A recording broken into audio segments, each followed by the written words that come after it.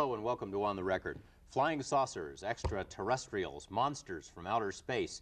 The government has been telling us for years that they're not real. They're weather balloons or swamp gas or reflections from the sun or the ravings of lunatics. But serious UFO researchers say a breakthrough may be very close. Some of the government scientists who worked on the top secret project Blue Book are ready to talk. What's more, a series of revealing government documents have trickled out of the federal files, documents that paint a much different picture of the UFO phenomenon. One of the most dedicated UFO researchers lives right here in Las Vegas. His name is John Lear, and he is my guest today. Mr. Lear, thanks for being here. Okay, George. To begin with, you're a pilot, an airline pilot, captain. You have held 17 different world speed records at one time or another. You're a member of the famous Lear family that all Nevadans are pretty much familiar with, a former state Senate candidate. You don't sound like the kind of guy who would get hooked up in something that a lot of people would say is a bunch of nonsense. No, it's just by coincidence that I got really interested. This about 2 years ago. My father saw a UFO and my brother did, and they were very interested, but there was really no proof, as far as I was concerned, to really look into it until about 2 years ago. Your father and brother saw them. Can you give details? My brother saw one. He was flying a P-38 from Phoenix to Los Angeles at night. It just appeared in front of him. He made two turns, 90-degree turns. It stayed in front of him and then disappeared. And my father was flying at night, I believe, over the Arizona desert and saw one too. So you got an interest because of the other members of your family. How did you start out? I had an interest, but there was really nothing I could put my finger on. And like I say, 2 years ago, a friend of mine came through town. We had flown in Southeast Asia together, and he was retiring from the Air Force. He came over, and we started talking about where he had been for the last 15 years. And he mentioned that he had been stationed at Bentwaters. And I said, oh, Bentwaters, that's where the flying saucer supposedly was in 1980. He said, no, John, not supposedly, it was. He said, I don't care if you believe me or not.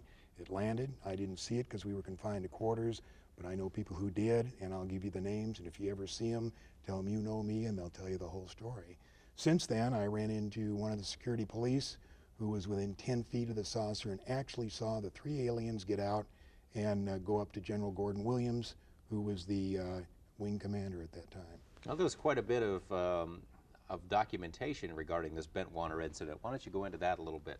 There's the Colonel Halt memo that came out under the Freedom of Information Act, and it told about the mysterious lights and beaming down and everything that happened in the forest except the actual alien landings. That wasn't in the memo.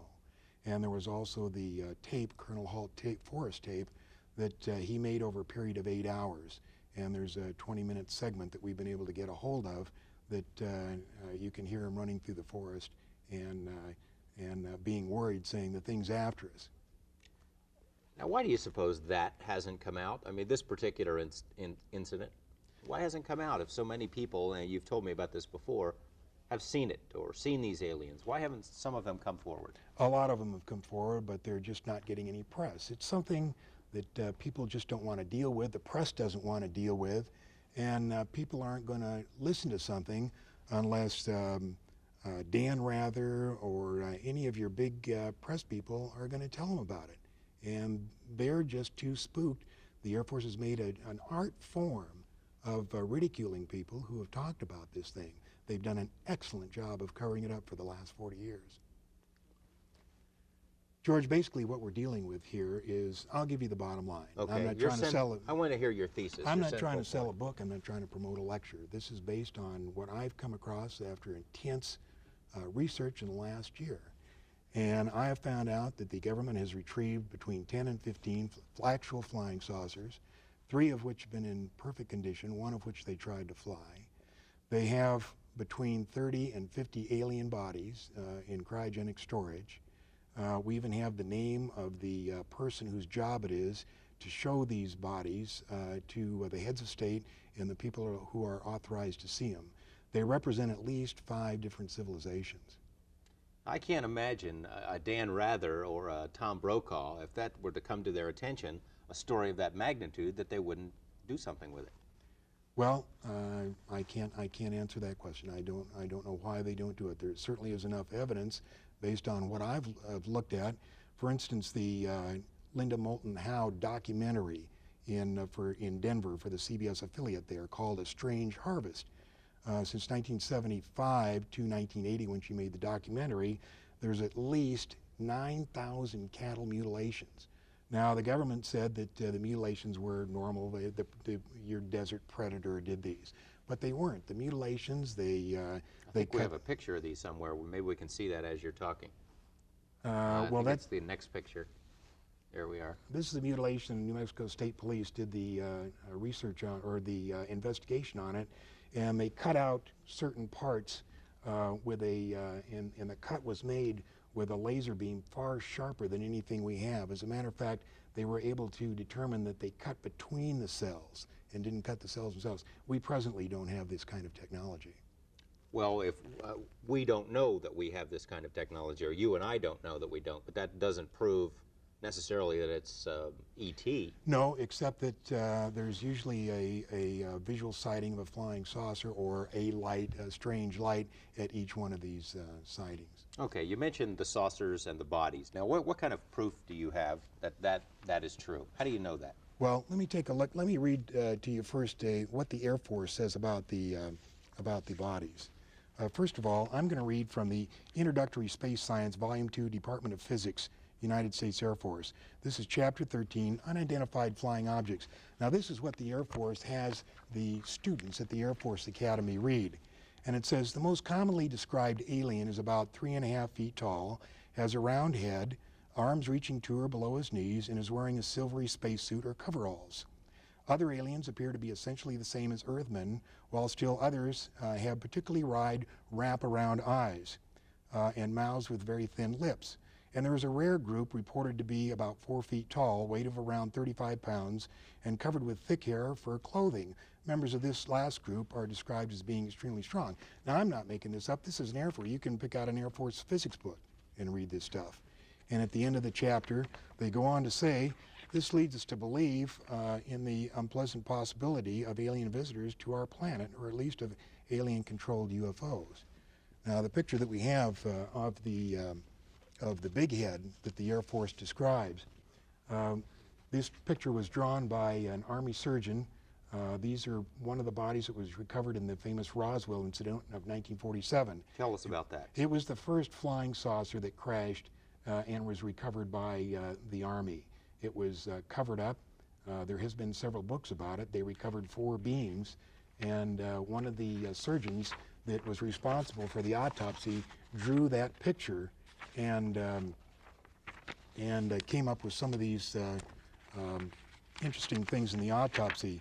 I'll just read a couple. 3.5 to 4.5 feet tall, 2 round eyes without pupils, no earlobes, nose is vague, neck described as being thin, arms is described long and thin, reaching down to the knee section. You can see that there's a webbed portion in the hands, no teeth, no apparent reproductive organs, brain and capacity unknown, colorless liquid prevalent in the body without red cells, no lymphocytes. And there's more in that particular report. This is an autopsy report. Now, you said the government goes to great lengths, the Air Force in particular, to discredit this kind of stuff. Where did this come from? How did you get this? That came in a private, that came from the private collection of Leonard Stringfield, who was one of the premier researchers. He worked for the Air Force in the early 50s in a secret project reporting UFOs. Then as a civilian, he continued his private research, and this is out of his collection. Why does the government want to hide this? Why doesn't the Air Force just come forward? Why doesn't, why don't they level with us if this is all true? Well, there's not really much they could say based on what I've been able to find out. George, they're really, what could they say about it? They've been researching it for many, many years, and based on my information, let's say that the president decided to make an announcement. This is, if he made it today, this is what I think that he would say. My fellow Americans, I come to you before you tonight with an announcement of great importance. Despite all our denials, flying saucers do in fact exist. Where they come from, we do not know. Who is in them, we do not know. Where they are from, we do not know, nor do we know how they got here or what they want. We are unable to duplicate any of the metals found on the several craft we have recovered, nor are we able to figure out how they are propelled. We have hidden these facts from you over the past 40 years in hopes that we could give you more answers. Unfortunately, we are no closer to answers today than we were 40 years ago. God bless you all. In other words, you find it highly unlikely that the president would ever make a statement, anything like that. No, it's just, it's too big. It's the problem is not only just the fact that there are five and as many as 10 different civilizations visiting us. Apparently, and this is from the research that I've done, at least 90% of them are hostile. And when I say hostile, if not hostile, they have a completely different set of morals than we do. Okay, I'll tell you what, we're going to come back to the president and aliens because there have been some statements made by presidents, including President Reagan. We'll be right back.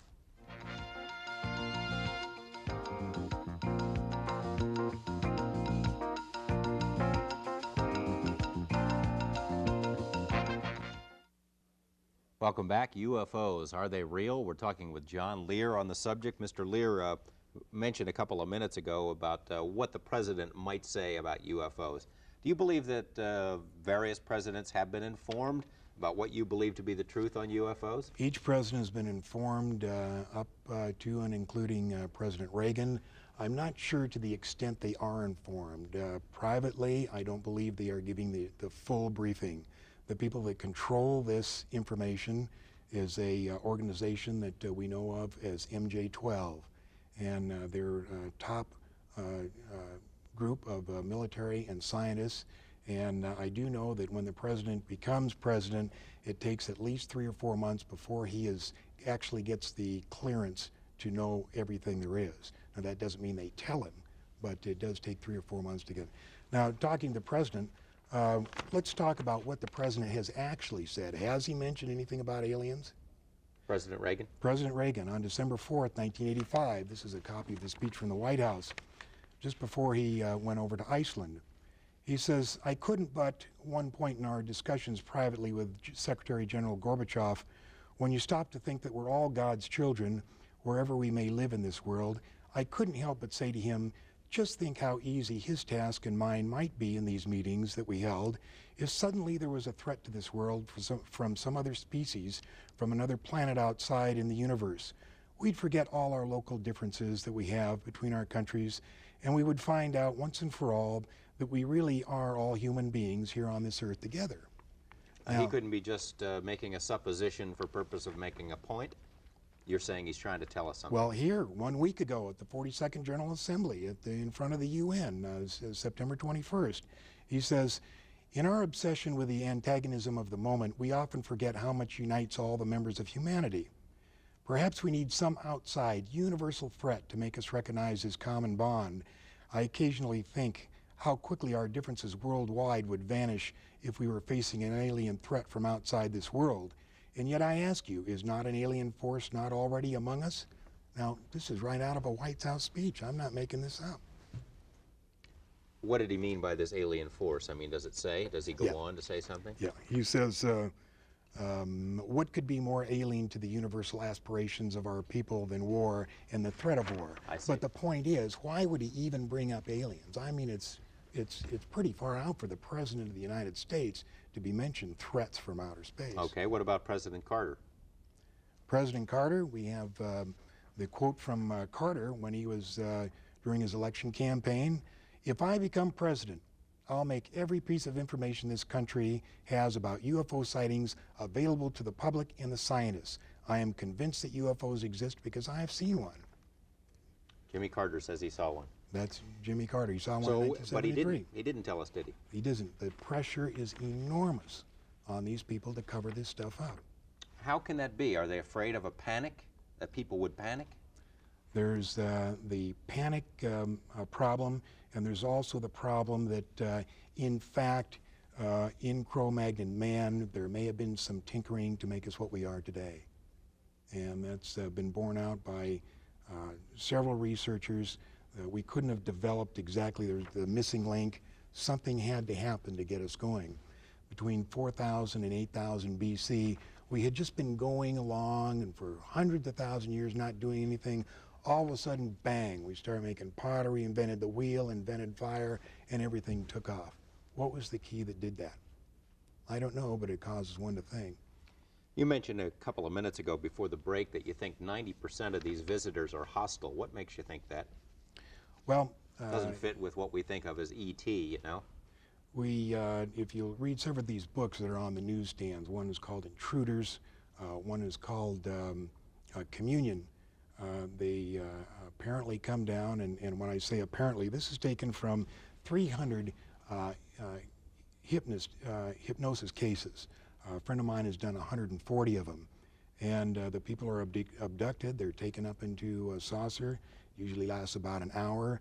They do all kinds of experiments. They give them shots, they poke them, they cut them, they do all kinds of things, then wipe out their memory and send them back. Only after several months of some psychological problems do they end up going to a psychiatrist. And the psychiatrist, on trying to find out what the problem is, in the use of hypnosis, finds out that this person has been abducted. What's the reason for that? What are they trying to learn?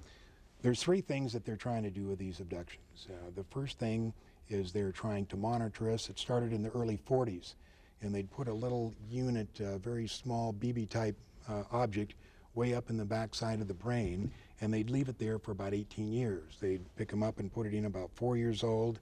About 12 years old, they would pick them up and monitor it. Then about 18, they'd take it out.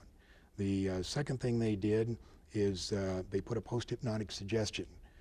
According to many of the people that have been hypnotized, and we found out what they've told them, apparently within the next 2 to 5 years, there is going to be a big event. Something enormous is going to happen.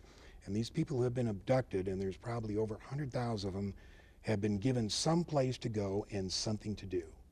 But under our best hypnotic techniques, we cannot find out what it is. So how do we know that that's true? Because they said they're going to do something. They know that they're going to do something, but under the hypnosis, they can't find out exactly what it is. And the third thing that they do is genetic experiments. They've been crossbreeding. There's a very good book out now called Intruders, written by Bud Hopkins, and it's about a crossbreeding experiment with a girl in Indianapolis.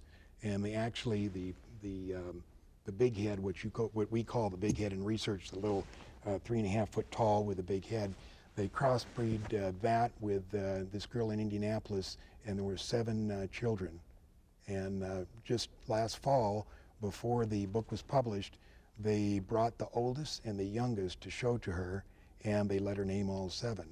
Now, this book has been thoroughly researched by Bud Hopkins, and although it sounds strange, believe me when I tell you, you may not find out in a month, a year, 5 years, or 10 years, but you'll look back at what I'm telling you now, and you'll say to yourself, my gosh, the son of a gun was right. Well, where's this girl now? She's just living on a farm? She lives in Indianapolis. She lives in town. Or just outside of town. She just got married. Bud went to her wedding. We all know who she is. She gets along, just fine. It doesn't mean, just because she was abducted and gave him children doesn't mean it was the end of the world. It was just a part of her life. Why don't we see a lot of photographic evidence, as many cameras and video gear? Why don't we see a lot of that? There are a lot of them. Before you go on, I know the pictures that we showed in the beginning of this program, you say they're baloney, they're phonies. That's right. The pictures you showed at the beginning were called the Myers incident. It's called the visitors from Pleiades. And any ufologist worth his salt knows, and who has researched that case, knows that he cannot back it up with the negatives and the essential information to prove that something like that happened. So we look at that as suspect. So in other words, you run into your share of phonies as well in your research? Absolutely. There's not that many, but there are a few out there. There's so many people that have real stories to tell that we're just so busy with those. For instance, let's take the November 17th Japan Airlines incident. I'll tell you what, we're going to take another break, and we'll do that when we come back. Stay with us.